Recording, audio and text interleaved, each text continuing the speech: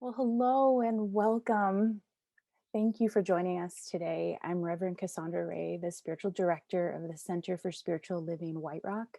We are an inclusive learning center of practical spirituality based in the lower mainland of British Columbia, Canada.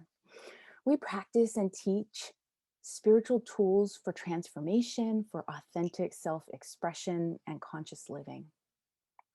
So, wherever you are on your path, whether you're struggling or soaring, there is a place for you here. And I am so glad that you've joined us today. And so, as we begin, I would like to acknowledge that I live and work on the traditional unceded territory of the Coast Salish First Nations, including Coquitlam, tsleil and Stalo nations. So now let us ground ourselves and our time together in truth and love. I invite you to close your eyes or just turn your attention inward and taking a breath.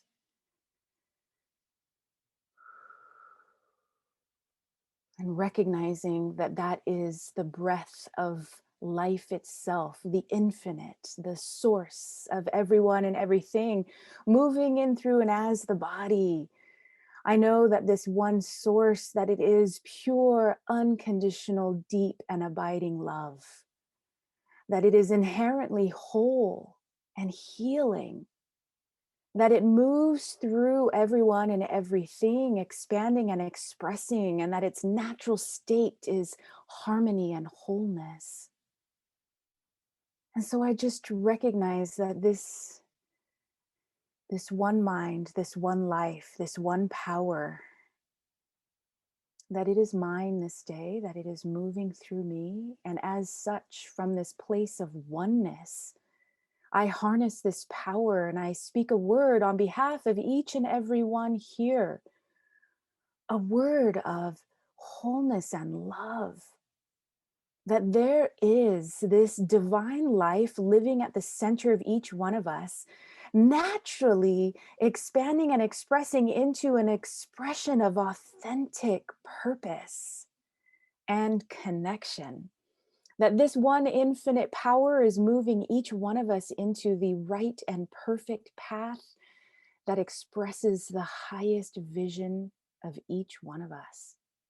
So just recognizing that the truth of each one is health and wholeness, is prosperity and abundance, and that there is a presence of peace at the center. So no matter what is happening on the outside in this thing called life, that on the inside, there is a part, a place in each one of us that knows.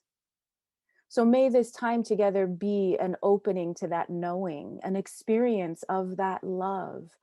I am so grateful for the ability to connect, to be together, to reach out and hold one another, even if through Zoom.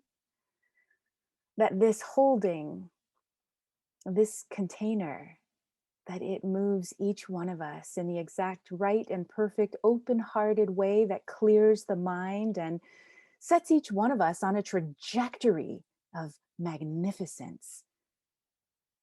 Oh, how good it is to be together in love, in truth. I simply release these words back into that infinite mind that always says yes, knowing that it is already done. I step fully into its perfect expression, letting it be. And so it is. So, when you go swimming, kind of shifting gears here, when you go swimming, do you jump right on in with your whole body? Or do you go slowly, letting your body acclimate as you go? Or maybe you don't even like to swim. Maybe you like to sit in the shade with a book and an ice chest full of refreshing drinks. And no matter what your preference, today we are diving into the deep end together with our full bodies. And I'm inviting you to jump on in with me. I know that this might be too soon for some of you. Like you might not know me very well, or you might just be meeting me for the first time. But man, Archbishop Desmond Tutu and Reverend Mfo Tutu van Furth, they were not messing around when they wrote the Book of Forgiving. This is our book of the month for February. And for the past 2 weeks, we've been walking the fourfold path for healing, the fourfold path for healing ourselves and our world.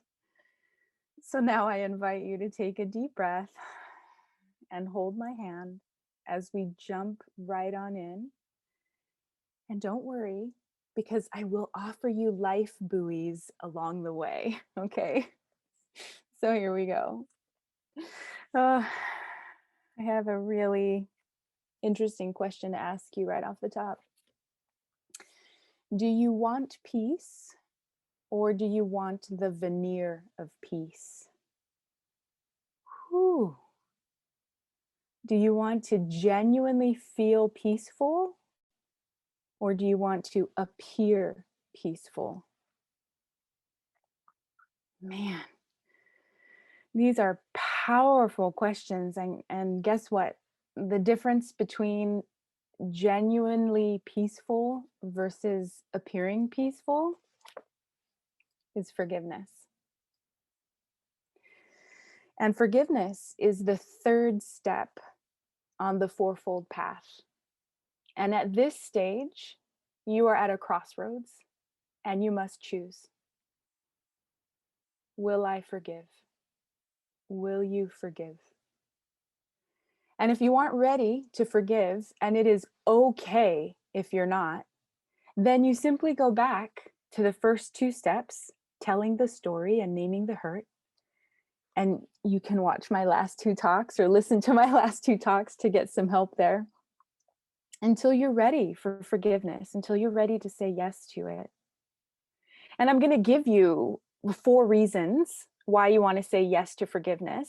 And I'm going to give you 2 questions to ask yourself so that you know when you have forgiven. That's today. So you might want to grab a pen and paper, your journal or a document, so that you can get those down for yourself. And the key to the first 2 steps of telling the story and naming the hurt is actually being witnessed. So you might have been trying to do those steps kind of on your own in your journal, which is a great place to start. But in order for you to fully be ready to forgive, you actually must be witnessed in telling the story and naming the hurt. This is part of our infinite connection. Just like we need to be in relationship with others in order to know ourselves fully, we must be witnessed in our healing. You can't actually do this on your own. You must be heard and held in the telling the story and naming the hurt. And this is a special kind of being seen and heard. It's not your average everyday. The healing version of being seen and heard is someone must give you their unconditional attention without agenda. They must be willing to listen to you only so that you will be known and understood. This isn't about solving a problem or even making you feel better. It's not even about that. Although you often will feel better when you've been seen and heard, that's not the intention. It's about being with you right where you're at, no matter how you feel. And the fourfold path is a master class in being human and being connected. You see, while you are the only one who can decide whether or not you will forgive, you cannot walk the healing path of healing by yourself, the fourfold path of healing by yourself. So, why do we risk our vulnerability? Because it leads us to acceptance, choice, and freedom. And lots of us, especially spiritual, optimistic, positive folks like us, want to kind of like leap over our pain in pursuit of inner peace. But when you don't walk the all of the steps, when you don't walk all of the steps of the forgiveness cycle, you establish a veneer of peace.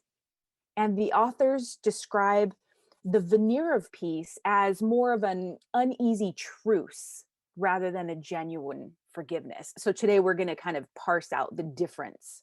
What does that feel like? How do we know? And I'll tell you what, when we do jump over the pain in order to have peace, even if it's kind of like a shutting down or shutting off kind of peace, that's what we call spiritual bypass. When you avoid the hard because you want to have peace, that's spiritual bypass. But once at least one other person has witnessed you tell the story and name the hurt, then you must decide for yourself, will you forgive? And I encourage you to choose forgiveness for 4 reasons. And the first one is on page 121. And they write, we choose forgiveness because it is how we find freedom and keep from remaining trapped in an endless loop of telling our stories and naming our hurts. It is how we move from victim to hero. So choosing forgiveness requires us to stop telling the story and start telling a new one. More on that a little bit later. But if you want freedom from past hurts, regrets, and grudges, then it's time to forgive. We also choose forgiveness as an expression of our oneness. This is the second reason to forgive, and it's on page 125. We're able to forgive because we're able to recognize our shared humanity. We're able to recognize that we are all fragile, vulnerable, flawed human beings capable of thoughtlessness and cruelty. We also recognize that no one is born evil and that we are all more than the worst thing we have done in our lives. We are all more than the worst thing we have done in our lives. I definitely know that I want that to be true for myself, that I am more than the worst thing I've done. And when I can tap into that desire for myself, I can begin to see that of someone who's harmed me. And I must admit that, when I've been harmed by someone, I often want to stay in a superior place. Like, I would never, or how could they? We talked a lot about this last week. But remembering our shared humanity brings me back into connection rather than division. And demonizing the other one actually keeps me stuck in victimhood. And I will tell you that I have started to, when I look at my own life, the benefit of staying stuck in victimhood is that I can, it's a really good excuse for me not to put myself out there. Like, if I'm a victim, then it's all their fault that I'm not X, Y, or Z, right? And that again leads to this illusion of safetyness, but it also keeps us trapped in our smallness. And I want you to live large, and I want to live large. I want to live into our expansiveness. So are you willing to let go of making them wrong so that you can hold them accountable and free yourself at the same time? Because yes, you are more capable of holding people accountable when you do not demonize them. When you don't make them wrong, bad, evil, and wrong, you're actually more capable of holding them accountable. So we can choose forgiveness so that we can stop trying to change the past and instead create a new future. You feel this shift? Stop trying to change the past and instead create a new future. And there are many, many personal stories shared throughout the book the book of forgiving. One of them is of Kia's share. And in 2008, Kia's husband and daughter, they were visiting Mumbai when there was a terrorist attack, and tragically, both of them were killed. And Kia tells the story and talks about her process in the book. And here's a portion of what she says on page 124. Let me get there. Now, here's a woman whose husband and daughter, 13-year-old daughter, were killed. This does not mean agreement with or any kind of pardoning or condoning of the action that hurt me. It simply means acceptance of the reality of the situation and letting go of the incident which cannot be changed. Once I accepted that my husband and daughter had been killed by terrorists, I could move forward to heal. This acceptance brought me to an inner peace that cannot be shattered. Within this peace is the essence of a humanity we all share.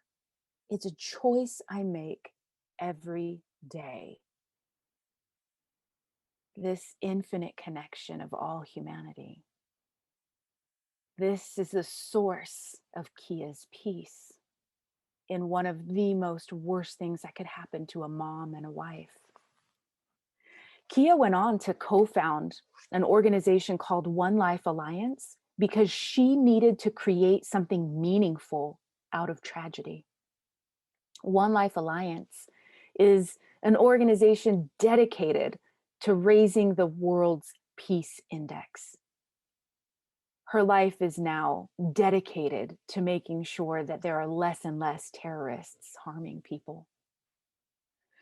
So we choose to forgive for freedom, for oneness, for connection, and for acceptance.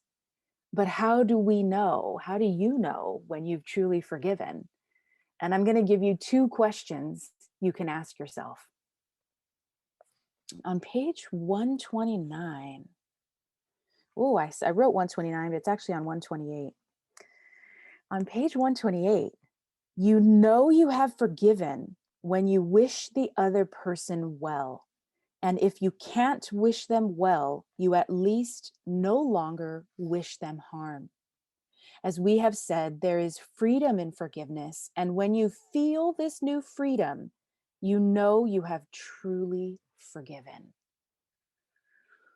Ooh, to be free of the heaviness.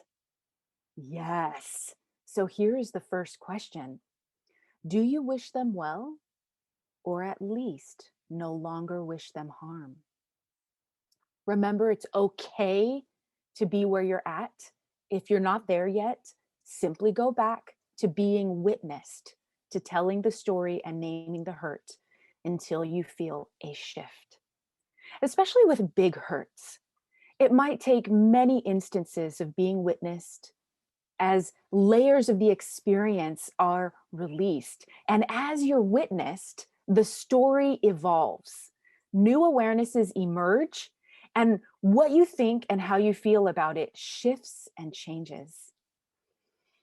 In practitioner training, we had to go through this process where we wrote out the timeline of our lives. And this process came after 3 years, or was it 4? At least 3 years of being dedicated to what we often call like cleaning the swamps, right? Where you dig in and you pull up that which is holding you back, and you go through this forgiveness process of healing so that the water of your soul is clear, so that you can then hold space for other people to do this work with you. And after 3 years of doing that work, we do this exercise where we wrote the timeline of our life and we listed all the major events in chronological order. And I remember looking at my timeline, so in front of me is a papers actually, that had the story of my childhood. It had the story of my life. And I remember looking at it and remembering how afraid I felt as a child. my sisters and I were often left alone. And I had this story that my childhood was so difficult and scary. And then it struck me that the divine was always with me, that I was protected. I was actually never alone. And I was so surprised to think and feel this. That awareness instantly freed me of this story that I had had. And I don't say this to deny my experience. I don't, but I am able to look at it now from a different vantage point. In that moment, I could see my childhood differently. And I remembered that there was this one time that we had actually started a fire in the kitchen because the toaster cord was touching a stove burner that got accidentally turned on when my sister was cleaning the stove. Like this is what happens when kids are left alone, right? They start fires in the kitchen, and we called 911, and we called a neighbor who came over and helped, and no one was injured, not even the kitchen, miraculously. Although I don't think the toaster survived. But we were so fortunate and we were protected. I could start to see all of a sudden where we're looking at this from this new vantage point, that I could see I was never alone, that I was actually protected by the divine. And in that moment, I could take that little girl in my arms, the little me who had been afraid and scared, and I can give her all the comfort and reassurance she needed then. I can give it to her now.